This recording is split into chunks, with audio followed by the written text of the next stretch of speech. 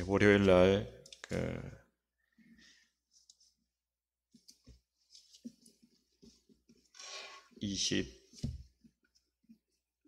18절까지 말씀을 함께 보았고요. 18절에 여호수아가 백성들 앞에서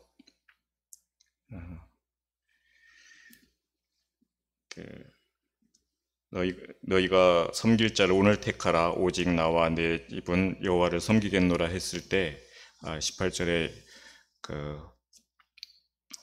우리도 여호와를 섬기리니 그는 우리 하나님이시니이다. 이렇게 백성들이 화답했습니다. 그리고 19절 20절에서 여호수아는 너희가 정말 여호와를 제대로 섬길 수 있겠느냐 이렇게 말씀하고 있습니다. 그러면서 다시 강력하게 경고하고 있죠. 너희가 여호와를 능히 섬기지 못할 것은 그는 거룩하신 하나님이시요 그는 질투하시는 하나님이니 너희의 잘못과 죄를 사하지 아니할 것임이라. 만일 너희가 여호와를 버리고 이방신을 섬기면 너희에게 복을 내리신 후에라도 돌이켜 너희에게 재앙을 내리시고 너희를 멸하시리라. 그러자 백성들이 좀 더 크게 소리 모아서 대답을 했겠죠. 21절에 보시면 아니니이다. 우리가 여호와를 섬기겠나이다. 이스라엘 백성들은 여호수아 앞에서 아주 적극적으로 여호와를 섬기겠다고 이렇게 화답을 하고 있습니다. 이렇게 적극적인 반응은 가나안을 정복하는 동안 하나님의 역사와 하나님이 베푸신 기적을 수없이 경험했기 때문이겠죠. 또 지도자 여호수아의 믿음과 그 삶의 자세에서 그들이 받은 그 많은 감동 때문일 것입니다. 사실 이스라엘 전체의 역사를 볼 때 이처럼 온 회중이 이 순간만큼 자신의 믿음을 분명하게 보여준 때에도 드뭅니다. 열왕기상 18장 21절에 보면 엘리야가 너희가 어느 때까지 둘 사이에서 머뭇머뭇하려느냐. 여호와가 만일 하나님이면 그를 따르고 바알이 만일 하나님이면 그를 따를지니라. 이렇게 말할 때 백성들의 반응은 한마디도 대답하지 않았다라고 기록하고 있습니다. 굉장히 많이 비교가 되고 있죠.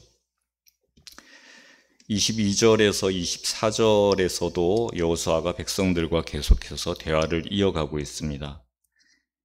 너희가 여호와를 택하고 그를 섬기리라 하였으니 스스로 증인이 되었느니라. 이렇게 말하니 우리가 증인이 되었나이다. 이렇게 화답하고요.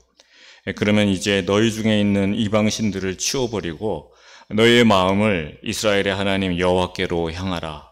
이렇게 말하니까 우리 하나님 여호와를 우리가 섬기고 그의 목소리를 우리가 청종하리이다. 그리고 나서 이제 25절에서 여호수아가 백성들과 더불어서 그 언약을 맺죠. 이 언약을 우리 세겜 언약이라고 말하죠. 그래서 새로운 언약을 맺고 그들을 위해서 율례와 법도를 제정했다라고 기록하고 있습니다. 그리고 26절에서 여호수아가 이 모든 말씀을 하나님의 율법 책에 기록하고 큰 돌을 가져다가 거기 여호와의 성소 곁에 있는 상수리 나무 아래에 세우고라고 기록하고 있습니다. 또 하나의 기념비가 세워지는 것이죠. 어디에 세웠다고요? 여호와의 성소 곁에 있는 상수리 나무 아래. 이것이 이제 여호수아서에 나오는 마지막 기념비입니다. 몇 번째이죠? 답이 잘 생각나지 않으면 7이나 12 이렇게 대답하면 거의 맞습니다. 7번째죠. 22장에서 동쪽 지파들이 이제 자신들의 영지로, 그러니까 요단강 동쪽으로 집으로 이제 돌아갈 때 그 요단강을 건너기 직전에 제단을 세웠다라고 기록했죠. 그것이 6번째 기념비였습니다. 이제 마지막 7번째 세워진 그 돌 기념비는 하나님과 이스라엘 백성 간의 새로운 언약의 갱신을 기념하는 그런 기념비로 세워지는 것이죠.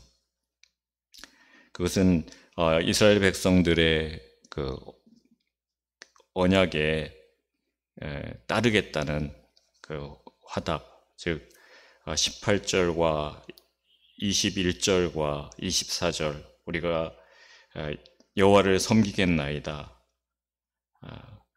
우리가 오직 여호와의 목소리만 청종하겠나이다 하는 그런 의지를 잊지 않도록 그 의지를 담아서 세운 기념비이고, 또 하나님께서 이스라엘 백성들을 위해서 행하신 은혜들을 기억하고 기념하기 위한 것이죠. 그리고 그것을 후손들에게 두고두고 가르치기 위한 그런 기념비입니다.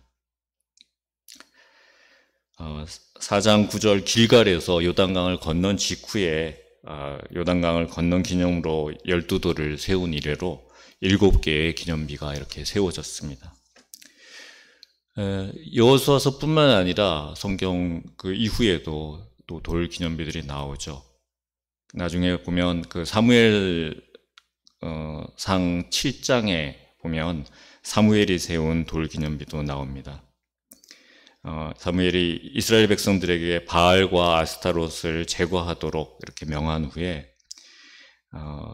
미스바에서 그 쳐들어온 블레셋을 하나님께서 쳐서 이기게 했을 때 미스바와 센 사이에서 그 여호와께서 여기까지 우리를 도우셨다 이렇게 고백하면서 에베네셀 그 돌 기념비를 세웠죠.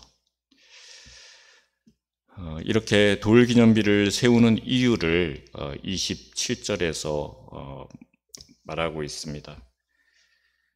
보라, 이 돌이 우리에게 증거가 되리니 이는 여호와께서 우리에게 하신 모든 말씀을 이 돌이 들었음이니라. 그런즉 너희가 너희의 하나님을 부인하지 못하도록 이 돌이 증거가 되리라. 이렇게 언약을 갱신하고 그 백성들을 각자의 기업으로 돌려보냈다고 28절에 기록을 하고 있습니다. 이제 오늘 읽은 말씀 29절에서 33절은 두 단락으로 구성되어 있는데 이 두 단락이 여호수아서를 마무리하고 있는 것이죠. 이 일 후는 세겜 언약을 맺은 후죠. 여호와의 종 눈의 아들 여호수아가 110세에 죽었다라고 기록하고 있습니다. 여호수아는 그 본문의 32절에 보면 요셉의 뼈를 세겜에 장사하였다라고 기록하고 있는데 요셉도 110세까지 살았죠. 네. 그래서 여호수아도 요셉도 그 두 사람의 장래와 뼈를 안치하는 장면이 병행해서 나오면서 두 사람의 나이가 이 세상에서 누린 수명이 110세였다라는 공통점을 보여주고 있습니다. 둘 다 하나님의 놀라운 복을 누리다가 은혜롭게 그 생을 마감했죠. 그래서 요셉의 뼈를 세겜에 안치하고 장사를 지냈습니다. 그것은 이스라엘 자손들에게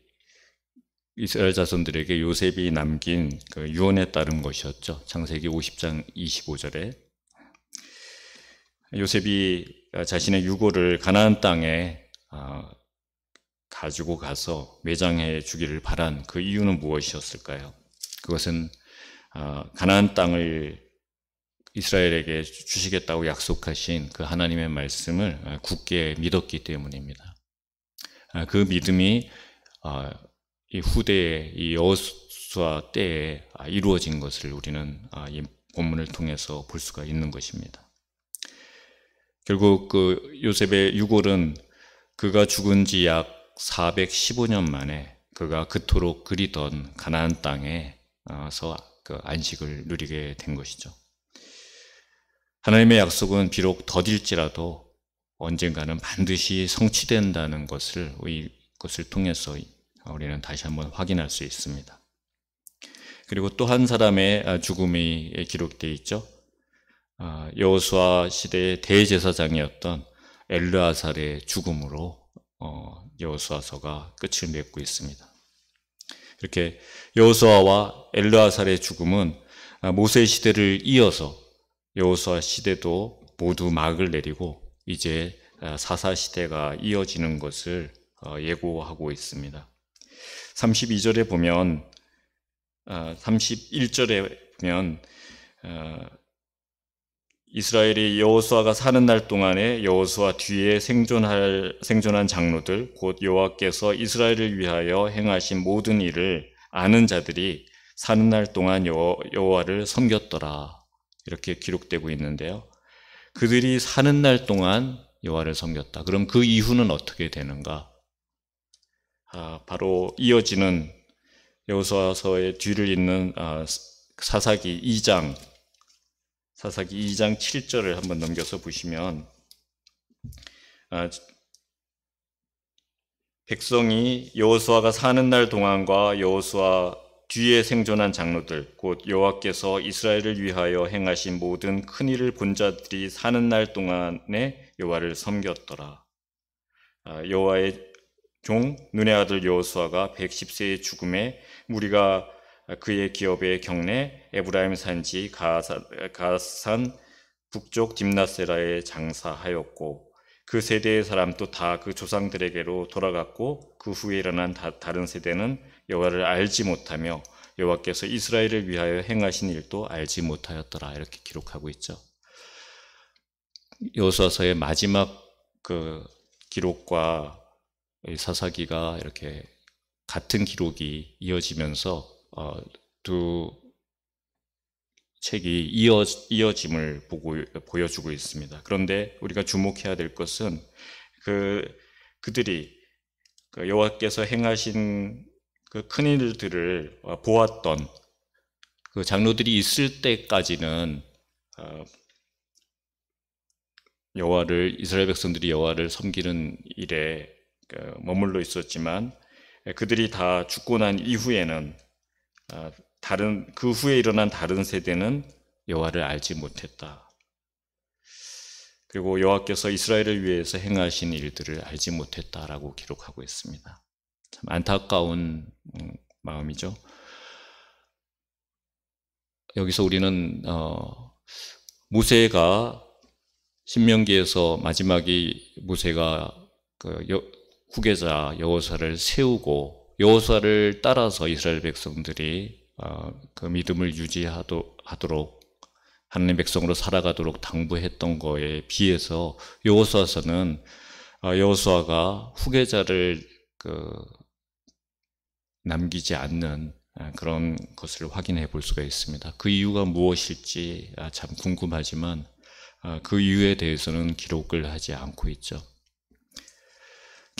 많은 기념비는 남겼지만 그 기념비를 통해서 하나님이 행하셨던 일들을 기억하는 일, 그리고 그들을 이끄는 지도자가 세워지지 않았다라는 거죠. 그것은 짐작해 보건대 아마도 이제 각 지파별 지도자들을 따라서 또 각 그 지파들의 성읍에 그 가운데 배치한 레위인들의 가르침을 따라서 살아가도록 하기 위해서 그렇게 전 지파를 이끄는 후계자를 세우지 않았을 것이고 오직 하나님만을 직접 섬기도록 하도록 하기 위한 것이 하나님과 또 여호수아의 뜻이 아니었을까라고 생각하는데 이스라엘 백성들은 그 말씀을 서서히 놓쳐가고 있었던 것이라고 볼 수가 있습니다. 우리 삶에서도 하나님을 놓치는 그런 일을 범하지 않도록 하기 위해서 우리는 계속해서 하나님의 말씀을 붙들고 하나님의 말씀을 묵상하며 그 말씀대로 지켜 행하기에 힘써야 되는 것이죠. 우리가 여호수아를 읽어오면서 이렇게 돌 무더기 기념비를 7개를 발견했는데, 우리는 우리가 경험한 하나님의 역사를 뒤돌아보며 그 하나님을 우리들의 후손들에게, 하나님께서 살아계시다는 증거가 되도록, 또 우리 자신과 우리의 가족과 우리의 이웃들, 그리고 그들의 후손들이 하나님을 부인하지 못하도록 뚜렷하게 세워가는 일에 더 힘써야 될 것입니다. 주님께서 주신 삶의 마지막 순간에 자신의 모든 것을 집중하여서 당부한 여호수아의 고별사와 또 마지막 세겜의 기념비, 그리고 이스라엘의 신세대를 이끌고 약속의 땅을 정복하고 분배하고 하나님만을 섬기라고 당부한 후에 여호와의 종으로, 29절에 여호와의 종으로 인정받은 눈의 아들 여호수아, 그 지도자 여호수아와 또 제사장 엘르아살의 삶이 우리에게 주는 그 삶의 울림을 헤아려 보면서 오늘 기도하며 하나님 앞에 나아갔으면 좋겠습니다. 언제나 신실하게 우리에게 약속하신 그 언약을 행하신 그 하나님 앞에서 우리의 삶도 그렇게 이끌어 주실 것이라는 그런 기대감과 감사함으로 또 기쁨으로 기도하며 하루를 힘차게 열어가시기를 바랍니다. 기도하겠습니다.